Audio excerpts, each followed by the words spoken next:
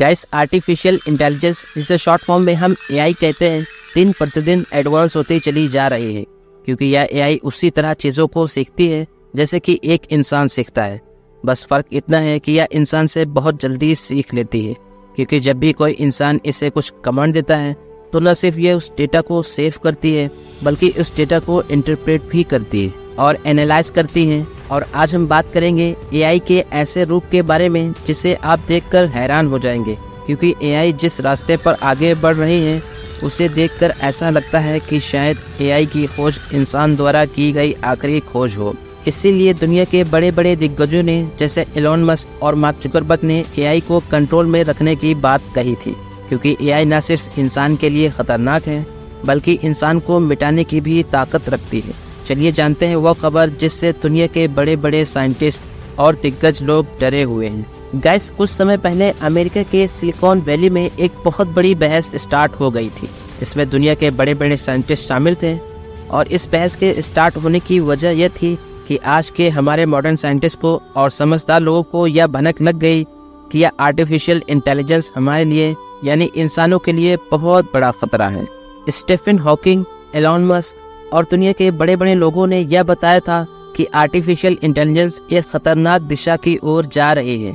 इतना ही नहीं, artificial intelligence के फील्ड में वर्किंग सभी साइंटिस्ट ने उस समय एक लेटर लिखा था, जिस लेटर में क्लियर मेंशन था कि जितने भी एक्सपेरिमेंट और रिसर्च एआई पर पूरे वर्ल्ड में हो रहे हैं, उन सभी एक्सपेरिमेंट और रिसर्च को तुरंत 6 मंथ के लिए रोक दिया जाए। और इस लेटर में सभी इंडिविजुअल्स ने अपने सिग्नेचर किए थे, जिसमें बड़े बड़े साइंटिस्ट भी शामिल थे। और अब सबसे बड़ा सवाल यह है कि आखिर यह बहस छिड़ी ही क्यों कि एआई इतनी खतरनाक टेक्नोलॉजी है, और क्यों बड़े बड़े साइंटिस्ट ने इसका विरोध किया।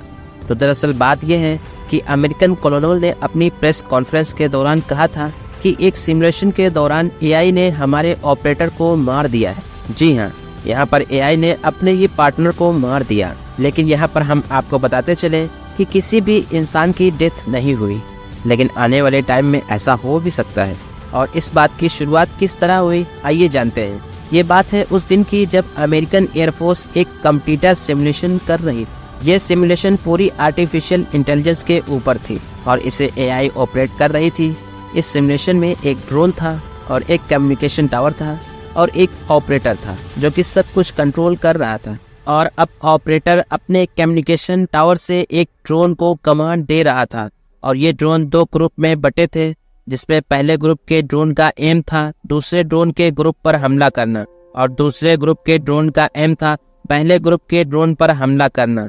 और यह सब कुछ ऑपरेटर मैनेज कर रहा था अपने कम्युनिकेशन टावर के थ्रू। और यह ऑपरेटर भी एआई ही था। ये एक ट्रायल की तरह किया जा रहा था, ताकि अगर कभी अमेरिका को युद्ध करना हो तो वह एआई जैसी टेक्नोलॉजी का इस्तेमाल कर पाए और अपने सोल्जर के बिना भी दुश्मनों को धूल चटा पाए। और अब आप समझ गए होंगे कि ऑपरेटर कमांड दे रहा था और एआई ड्रोन एक दूसरे को मार रहे थे। और जब भी कोई ड्रोन किसी ड्रोन को मार कर गिरा देता था, तब उसे कुछ पॉइंट वर्चुअली ट्रांसफर किए जाते थे, जो कि एज अ रिवॉर्ड कंसीडर किए जाते थे। अब अगर कोई ड्रोन अपने ही ग्रुप के किसी और ड्रोन के पास जाकर उसे मारने के बारे में सोचता, तो ऑपरेटर उसे रोक देता कि नहीं नहीं, यहाँ नहीं जाना है, नहीं इसे नहीं मारना है, नहीं उसे मारना है, उन दुश्मनों को मारना है, अपने बंदों को नहीं मारना है। ये सब कमांड ऑपरेटर उन ड्रोन को दे रहा था। और अब हुआ कुछ यूं कि एक ड्रोन को ऑपरेटर के बार बार कमांड देने की वजह से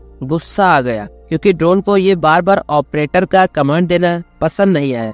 उसने सोचा, ये क्या, बार बार मुझे कमांड क्यों दे रहे हो और मुझे रोक क्यों रहे हो। और इसीलिए उस ड्रोन ने पहले उस कम्युनिकेशन टावर को उड़ा दिया जहां से ऑपरेटर कमांड सेंड कर रहा था, और इसके तुरंत बाद उस ड्रोन ने ऑपरेटर को ही मार डाला। और अब यहाँ पर समझने वाली बात यह है कि ये पूरा सिस्टम एआई द्वारा ऑपरेट किया जा रहा था, और इसमें से एक एआई अपने अकॉर्डिंग सोचने लगी और वह खुद अपने ही कमांडर के कमांड को इग्नोर करने लगी और अपने बेस पर डिसीजन लेने लगी। और यही बात सभी साइंटिस्ट को डरा चुकी है और हम सबको डराने वाली है, क्योंकि मान लीजिए कि अगर रियल लाइफ में यह ट्रायल होता या युद्ध के दौरान एआई सिस्टम का इस्तेमाल किया जाता, तो ये हो सकता था कि यह ड्रोन रियल के ह्यूमन कमांडर को भी खत्म कर सकता था। इसलिए इस एआई पर गौर करने की जरूरत है कि यह ह्यूमन के लिए कितनी खतरनाक हो सकती है। आइए समझते हैं कि एआई काम कैसे करती है। तो यह बहुत सिंपल है। दरअसल एआई एक ऐसा टूल है जहां पर कंप्यूटर के हार्डवेयर और सॉफ्टवेयर के कंपोनेंट को इंटेलिजेंट बनाया जाता है और इसके लिए सबसे पहले पूरा एल्गोरिथम बनाया जाता है। इस एल्गोरिथम से एआई अपना काम शुरू करती है और जैसे जैसे टाइम बीतता है एआई के पास बहुत सा डेटा कलेक्ट हो जाता है और इन सभी डेटा को वो न सिर्फ स्टोर करती है बल्कि इंटरप्रेट भी करती है, जिससे यह अपनी खुद की एक सोच बनाती है और खुद डिसीजन लेती है। लेकिन अभी तक आपने जो भी जाना ये एआई का बिगनिंग लेवल है और चैट जीपीटी अभी इस लेवल पर ही एग्जिस्ट करता है, जिसे हम वीक एआई भी कहते हैं, जिसे आजकल हमें ट्रैक करने के लिए इस्तेमाल किया जा रहा है। जी हाँ, जो भी मोबाइल आप यूज करते हैं उसके हर एक ऐप में एआई का भरपूर इस्तेमाल किया जा रहा है आपकी लाइक और डिसलाइक जानने के लिए। इसीलिए शायद आपने नोटिस ना किया हो, कुछ एड्स आपके मोबाइल पर तब डिस्प्ले होते हैं जब आप उस पर्टिकुलर लोकेशन पर मौजूद होते हैं ताकि आपकी जेब से पैसा निकलवाया जा सके। और अब हम बात करते हैं एडवांस एआई की। अभी तक हमने जाना कि एक एआई को डेवलप करने के लिए हम इंसान प्रोग्रामिंग करते हैं जो कि सिर्फ डेटा को इंटरप्रेट करती है और हमें अच्छे से समझ सकती है और हमारे द्वारा बनाए गए कोर्स पर ही काम कर सकती है। लेकिन इस बेसिक एआई के ऊपर भी एक एआई एग्जिस्ट करती है जो कि इस बेसिक एआई से ज़्यादा समझती है। साइंटिस्ट का मानना है कि आने वाले कुछ ईयर्स में हम ऐसी भी एआई बनाएंगे जो कि खुद ही अपने प्रोग्राम्स में और कोड्स में चेंजेस कर सकेगी।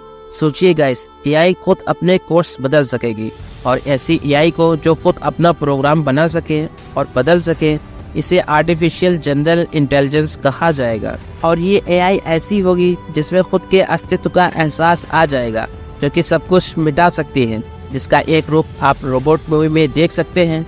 लेकिन अभी तक एआई हमारे लिए काफ़ी अच्छी साबित हुई है और फ्यूचर में एआई का इंसानों पर क्या इम्पैक्ट होगा ये देखना अभी बाकी है। आपकी एआई के बारे में क्या राय है नीचे कमेंट बॉक्स में जरूर लिखें। गाइस, आज के लिए इतना ही। आई होप आपको यह वीडियो पसंद आई होगी। हम मिलेंगे नेक्स्ट वीडियो में फिर से। सब्सक्राइब करिए हमारे चैनल को और बेल आइकन को प्रेस करिए ताकि ऐसी इन्फॉर्मेटिव वीडियोस आपको मिलते रहें। Thanks for watching.